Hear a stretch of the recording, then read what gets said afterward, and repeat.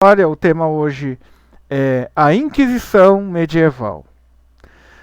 Quem tem acompanhado os vídeos do módulo 1, especificamente Idade Média, Idade das Trevas e o Cruzadas, percebeu que a mentalidade medieval ela é muito diferente da mentalidade atual.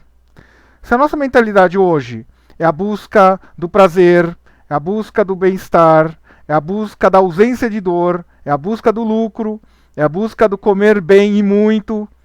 Na Idade Média, buscavam-se outros valores. Então era a religião, a salvação espiritual, o conforto espiritual, né? A negação das realidades terrestres, né?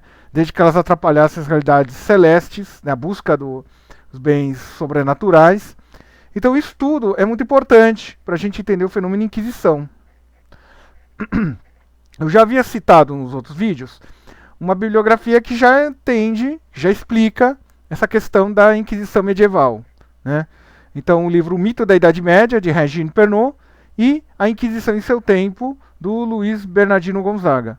Além deles, eu vou citar esse outro livro, que me chegou em mãos há pouco tempo, foi gentilmente dado, né, por um amigo meu, do C.S. Lewis, A Imagem Descartada.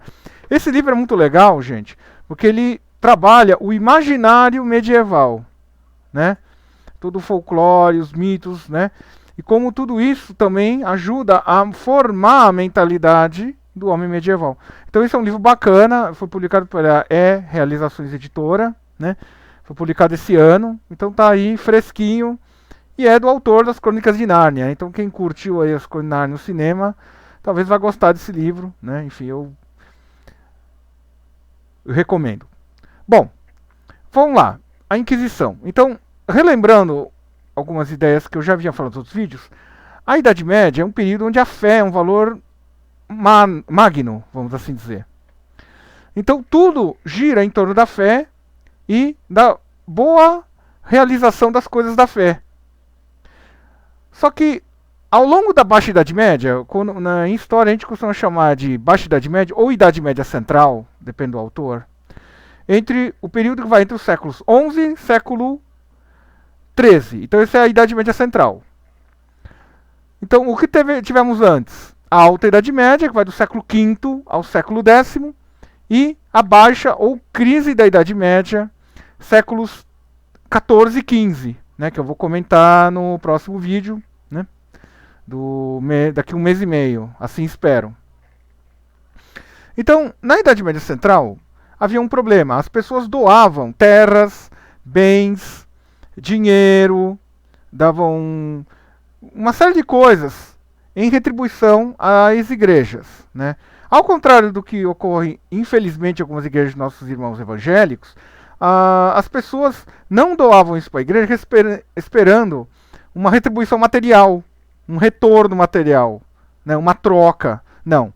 Era uma doação de mão única, uma via única, né? Só que isso criou um problema dentro da igreja. Começou a enriquecer a igreja e a mundanizar principalmente os clérigos, né? Também pensar que naquela época a carreira eclesiástica, a figura dos sacerdotes, era muito mais valorizada do que hoje, né? Então, isso é preciso entender. Ao longo do século X para frente, a partir do ano 900 e pouco para frente, ocorrem vários movimentos de reforma dentro da igreja, justamente para tentar combater a corrupção do clero. Então, ainda no século X, ainda nos anos 900 e pouco, né, tecnicamente ainda a Alta Idade Média, surgiu um movimento dentro da Ordem Beneditina, uma reforma da Ordem Beneditina chamada Reforma de Cluny, Reforma Cluniacense, né?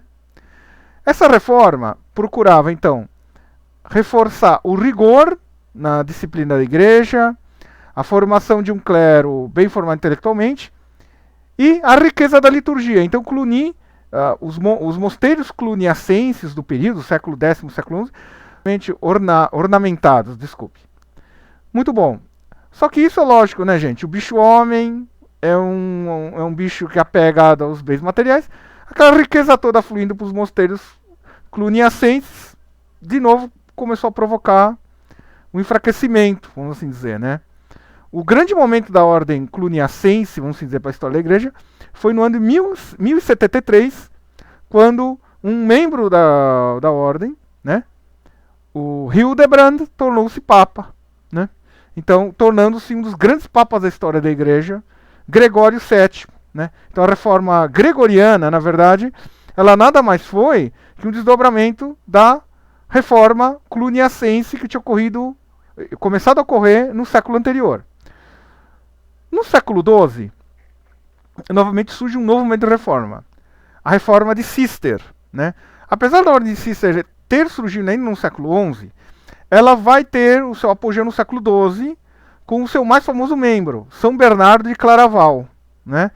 O homem que criou, né, o santo, que criou o conceito de cavalaria medieval, né? Ele era um cavaleiro, era da alta nobreza, e era monge, ou seja, com São Bernardo surge a figura do monge guerreiro, que é o emblema das cruzadas, que eu falei no vídeo anterior do módulo 1.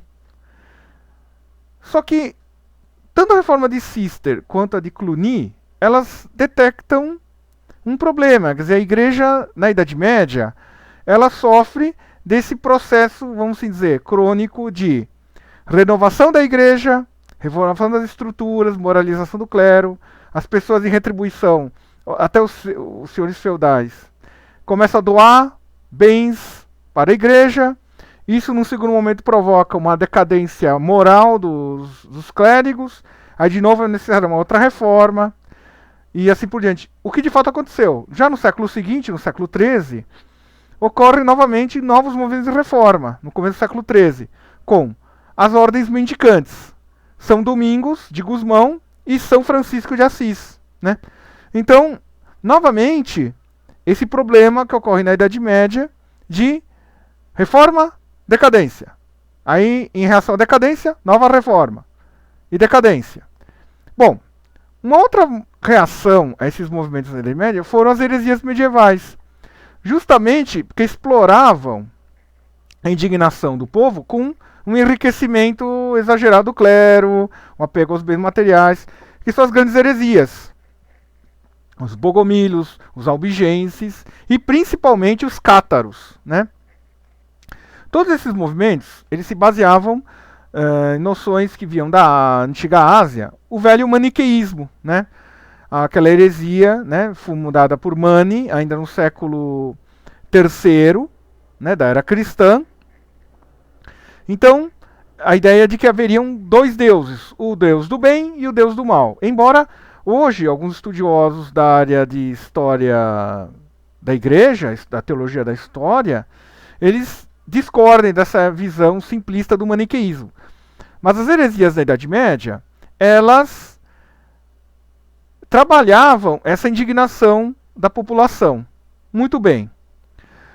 O que vai acontecer? Voltando àquilo que eu falei bem no comecinho, né? Nós estamos vivendo numa época onde a fé é o valor mais importante. As pessoas ligadas à igreja ficam horrorizadas, né? Os cristãos ficam horrorizados com o surgimento dos hereges, os cátaros, os albigenses, os bogomílios, etc., entre os séculos XII e século XIII, que escarnecem, que criticam fortemente a igreja, a moral dos cristãos, né? Lembrando que o catarismo desprezava a vida civil, desprezava o matrimônio. Alguns cátaros chegavam a dizer que a saída ideal era o suicídio, porque a vida humana era desprezível, porque era a criação do demônio. Eles achavam que o corpo humano era a criação do demônio e a alma a criação de Deus. Muito bem. Então, em reação a isso, primeiro, os tribunais eclesiásticos diocesanos, eles começam a combater os hereges, e com muita força, né? Agora, eles fizeram isso porque havia uma demanda popular. Não foi que o bispo, vou oprimir o povo, aquela visão marxista de apostila de cursinho. Não, a coisa não é tão simples assim, né? Então, o que aconteceu? Haviam casos, né, Regine Pernod chega a citar no seu livro O Mito da Idade Média, em que o bispo absolvia os hereges, falou, não, ele já se arrependeu, vai voltar à sã doutrina. Aí o povão invadia o tribunal e matava o cara a pauladas, né? Então era assim que a coisa funcionava. Bom, se bem que aqui no Brasil a gente está voltando a esses áureos tempos, né? Em alguns lugares. Então, por pressão de reis, senhores feudais, imperadores, o Papa ele autoriza a criação dos tribunais eclesiásticos inquisitoriais, né? Então, o processo inquisitorial ele se dividia da seguinte maneira: você tinha a visitação do postulador, do membro do Santo Ofício numa localidade, recolhiam-se depoimentos secretos contra determinadas pessoas acusadas de heresia, e aí era feito um julgamento, muitas vezes secreto, não era aberto ao público, e depois o juiz emitia a sentença, se era culpado ou inocente da acusação de heresia, isso dependendo se a pessoa arrependia-se ou não do seu crime, que era o de viver uma religião fora da religião cristã, vamos assim dizer, né? Aí alguns chegam a dizer, que absurdo julgar as pessoas por causa da religião. Pois é, mas era a praxe na época, né? Como hoje, os tribunais se acusam-se por qualquer coisa, né? Naquela época, né, pelo menos, tinha algum critério, né? Então isso é muito perigoso, né, gente? Isso é anacronismo, né? A gente julgar uma época pela nossa mentalidade de hoje, né? Os medievais não pensavam como a gente, laicismo, hedonismo, materialismo. Isso eram coisas, na época, totalmente abomináveis. Tá? Isso que a gente não pode nunca esquecer, tá? Quando está falando de um período de quase 1000 anos atrás, 800 anos atrás, enfim. Bom, comparado com os tribunais civis, a Inquisição era considerada um tribunal moderno. Olhem que coisa impressionante, né? Por quê? Porque pelo menos havia um tribunal, haviam juízes que analisavam o seu reclame. Na época, os tribunais trabalhavam com dois sistemas: a ordalha e os juízos de Deus, né? Ou a vingança privada. O que eram ordalhas os juízos de Deus? Então criava-se uma prova onde a pessoa era testada a sua inocência. Então, por exemplo, caminhar sobre brasa ardente. Se queimar o pé, culpado. Se não queimar, inocente. Ou então amarrar o sujeito numa pedra e jogar dentro do rio. Se boiar, inocente. Se afundar e morrer afogado, culpado. Era assim que a coisa funcionava. Ou então, pior, a vingança privada. O que era a vingança privada? Não havia uma proporcionalidade entre o crime e a pena. Então era muito comum. O Juquinha roubava uma galinha, e o Joãozinho, que teve a galinha roubada, ia na casa do Juquinha e matava a família toda do outro sujeito. Quer dizer, era assim que a coisa funcionava, né?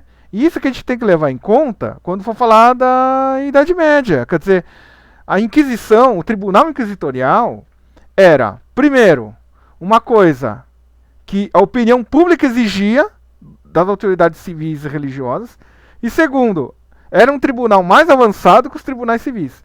Outra coisa, quem aplicava pena capital, caso o herege fosse considerado culpado de heresia, o que não acontecia com tanta frequência como se costuma dizer, né? Ele era relaxado ao braço secular, ou seja, quem executava a sentença não era a igreja, era a autoridade civil. Isso é outra coisa que não se fala muito. Outra coisa, o número de vítimas. É impossível calcular, mas foi muito menor do que se costuma dizer. Em alguns livros didáticos chega a dizer que foram milhões de vítimas da Inquisição. Impossível, gente, impossível, né? E outra coisa, a Inquisição na Idade Média durou do século XII ao século XIII, são quase 200 anos. Devem ter morrido em torno de umas 50 mil pessoas, um pouco mais disso. E dependendo da região, você tem Itália, tem Alemanha, França, Inglaterra, Portugal, Espanha. É complicado, né? Essas gerações grosseiras. A impressão que passa, não querendo alimentar teorias conspiratórias, é que parece uma coisa orquestrada, organizada, para fazer o coitado do católico sentir vergonha da vida e se enfiar embaixo da cama. Isso está errado, né? Não é nada de dizer, isso não é a busca da verdade histórica. Isso aí é jogar pra galera, né? Como a gente diz no jargão futebolístico, né? Muito bem, gente. Então, o que é que vai acontecer? A partir do século XIV, os tribunais inquisitoriais eles passam a rarear, praticamente desaparecem em algumas localidades, e em finzinho do século XV, começo do XVI, eles ressurgem em dois países, Portugal e Espanha. E nas possessões ultramarinas de Portugal e Espanha. O que acontece? Portugal e Espanha. Havia uma pressão dos monarcas portugueses e espanhóis para padronizar, planificar a população dos seus reinos e colônias. Leia-se, todo mundo tinha que seguir a mesma religião. Então a ideia era o poder civil português e espanhol utilizar os tribunais para controle social, né? Aí sim, uma clara interferência direta do poder civil no funcionamento do tribunal inquisitorial, né? Muito bem. Então, por pressão, né, o Luiz Bernardino Gonzaga chega a dizer no seu livro que havia até um risco de cisma dentro da igreja, porque tanto o rei de Portugal quanto o de Espanha, eles ameaçaram romper com a igreja caso o Vaticano não aprovasse os tribunais inquisitoriais. Isso é uma coisa que deveria ser lembrada com mais frequência. Aí o Papa, ele liberou a criação dos tribunais inquisitoriais, né? E os tribunais nos países ibéricos e colônias ultramarinas durou até o começo do século XIX, né, quando dentro já da onda do liberalismo, de inspiração iluminista, da filosofia iluminista, né, o conceito de tolerância do iluminismo, os tribunais foram extintos no comecinho do século XIX. Né? Mas, de novo, é preciso lembrar, gente, até lá, os tribunais inquisitoriais gozavam do apoio, do apelo popular, né? E outra coisa que é preciso dizer também, os tribunais nos países protestantes, né? No protestantismo também tivemos as nossas inquisições, né? Nos países protestantes, na Inglaterra, na Escócia, nos Estados Unidos, século XVII, né? Perseguições, acusações por bruxaria, satanismo, etc. Né, inclusive um filme, não é grande coisa, mas retrata bem essa questão da Inquisição evangélica, vamos dizer. O filme As Bruxas de Salem, com a Winona Ryder, né, e o Daniel Day-Lewis, né. O filme é meia boca, assim, mas mostra bem, quer dizer, Inquisição não foi privilégio de católicos, né. Então, gente, olha, teria um monte de outras coisas falando de Inquisição. É um assunto bem vasto. Como vocês podem ver, tem Inquisição no século XII, XIII, 14, 15, 16, 17, 18, 19. Então, quer dizer, séculos e séculos existiram tribunais. Então, claro que cada região teve uma peculiaridade, problemas. Em muitas regiões o poder civil dominou os tribunais. Isso é uma coisa também que precisa se lembrar. Quer dizer, muitas vezes o tribunal inquisitorial foi usado como instrumento de dominação política, ou seja, meio que inocentando os católicos. Então, assim, gente, fechando um pouco essa questão da Idade Média, né? O próximo vídeo eu vou falar da crise da Idade Média, mas já encerrando esse assunto, o que a gente pode falar? Quer dizer, a Idade Média foi uma época que teve coisas maravilhosas e teve coisas ruins, como qualquer época. Quer dizer, não dá para dizer que tem uma época histórica que foi pior ou melhor que outra. Todas são igualmente boas e ruins. Eu acho que essa é a grande lição que fica.